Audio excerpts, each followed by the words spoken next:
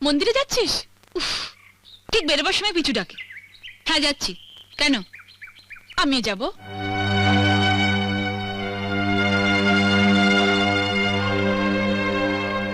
এইভাবে যাবে? এই পোশাকে? লোকে ভাববে চৌধুরী বাড়ির বউ আর ঝিয়ে যাচ্ছে। মানে আমার এই শাড়িটার দাম 2000 টাকা, আর তুমি এরকম একটা সস্তার শাড়ি পরে মন্দিরে যাবে, তাও আবার আমার সাথে?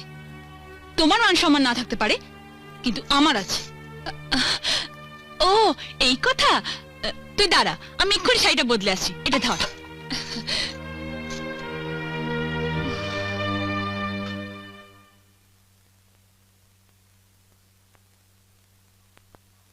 টিয়া, আমি রেডি, ঠিক আছে? এ কি? এটা তো আমার শাড়ি। তুমি পরেছো, তোমার লজ্জা করছে না? বলো, দামি শাড়ি পরার যখন অতই শখ, নিজের বরকে বলো না কিনে দিতে। সে মুহূর্ত নেই। ভিখারি কোথাকার। কি বলছিস তুই টিয়া? তুই আমি তুই যা, আমরা বোনের মতো। তোর শাড়ি আমি পরবো, আমার শাড়ি তুই পরবি, এটাই তো স্বাভাবিক। থাক দিদি, অনেক হয়েছে। আবার না বলে বসো তোমার বরকে আমি রাখবো, আমার বরকে তুমি রাখবে, সেটাও স্বাভাবিক। টিয়া, কি আবার চোখ রাঙানো?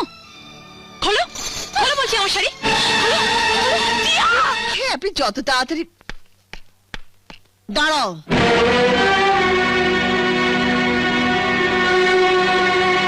কার অনুমতি নিয়ে তুমি বাড়িতে ঢুকেছো? আমার বাড়ি, আমি আবার কার অনুমোদন নিতে যাবো মা? কোথায় তুমি জানতে চাইবে আমি কেমন আছি?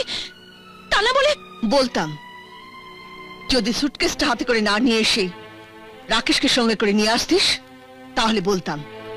আমি বুঝতে পেরেছি তুই নিশ্চয়ই এই বাড়িতে কোনো ঘটনা ঘটিয়ে এসছিস। ঠিক তাই, আমি ও বাড়িতে আর যাবো না। আমি একেবারের জন্য চলে এসেছি।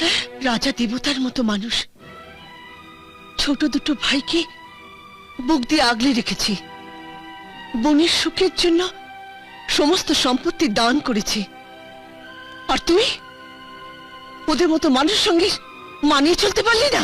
ওদের সাথে আমি আর কোনো সম্পর্ক রাখতে চাই না। আজ থেকে আমি এখানেই থাকবো। এই বাড়িতে আমি তোকে থাকতে দেব না।